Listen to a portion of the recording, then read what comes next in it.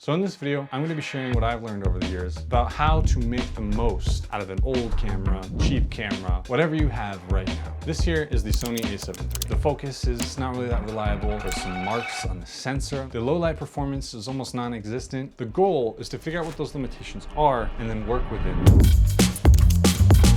I used to shoot a lot of 1080p, but the problem with this camera is when I shoot in 1080p, the noise looks absolutely terrible. I have the option of 4K though. So since I've switched to shooting in 4K, the noise has gotten much smaller, less noticeable, finer. So I've made the decision that instead of shooting in 1080p, I'm gonna bite the bullet, shoot in 4K. It'll take up more storage space and it will make it so that the rolling shutter isn't quite as good. I'm also gonna select the option with the highest bitrate because that just means more data, more information, more quality for your image, more adjustments available in post.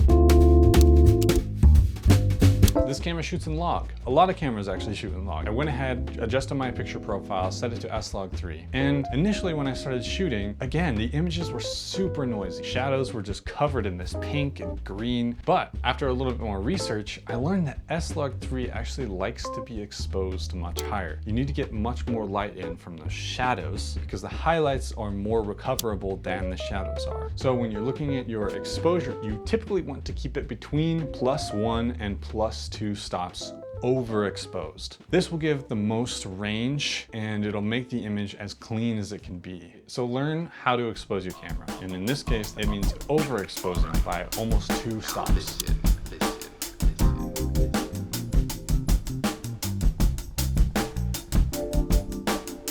Sometimes with these old cameras, they don't really have the best stabilization. That means that handheld footage can sometimes look a bit shaky. Maybe you need handheld footage and you can really do your best to hold your camera from as many contact points as possible. That means both hands, maybe putting it to your chest, putting it to your eye if you have a viewfinder. But a lot of the time it just means sticking your camera on a tripod. It can be one of those limitations that really makes you think and properly set up the shot beforehand, getting the best composition possible. Sometimes when you're handheld, it's like, yes, you can move from one spot to the other, but when you set up a tripod, you gotta really get it dialed. You set up the perfect composition, you record, and then you let the rest tell the story. You let the image speak for itself.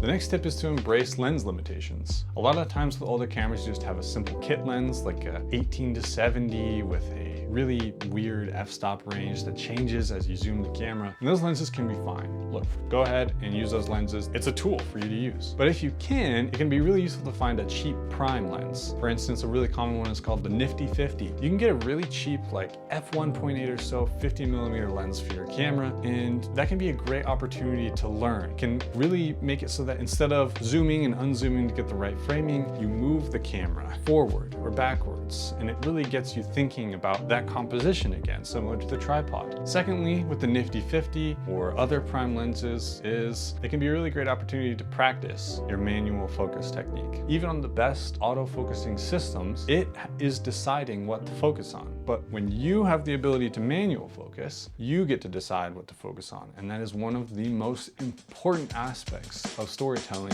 through videography.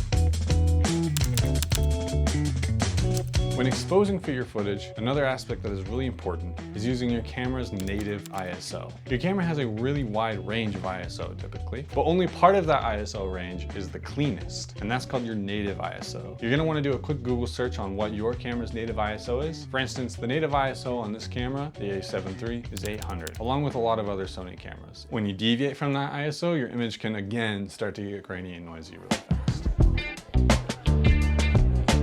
All right, so we've shot our video, we've got our image, and we're ready to go into our editing software. This is where color grading comes into play. And for a long time, I put this off. I didn't think it was as important. Just, get your white balance right, add some contrast and such. But if you're using DaVinci Resolve, there is a process that I have learned where you use your color space transform nodes, one at the end and one at the beginning. The key to this is on your input node, you want to select the log input that you used on your camera. So in this case, it's S-Log3, S-Log3 gamut. Then you want to convert that into DaVinci wide gamut because that is the widest widest color space that you could possibly work in. You make all your adjustments inside of those color space transform nodes, and at the very end transform node, you want to go from DaVinci Wide Gamut back down into Rec 709 as your output gamut in your output color space. If you do this in your color grading, it will give you the most flexibility when it comes to coloring and noise as possible. The next tip in your editing phase is going to be noise reduction. Don't be afraid of it. Even the highest end cameras in the world that shoot RAW have noise, and they need a little bit of noise reduction. Since I've been trying to become a professional videographer and actually use my skills to make a living, I've been trying to practice a lot more. And practice when I don't have the highest quality camera that I could get my hands on, because this is what I want to do. I'm fully committing to this. It feels scary. It almost feels risky, especially after 10 years of working a normal job, but I'm here. I'm gonna do it. And if you're at all interested in following along in my journey and are maybe on a similar journey yourself, don't be afraid of that subscribe button. That sounds so cheesy to say. I'm so excited for what the future has to offer, and I hope you are too. All right, I'll catch you later.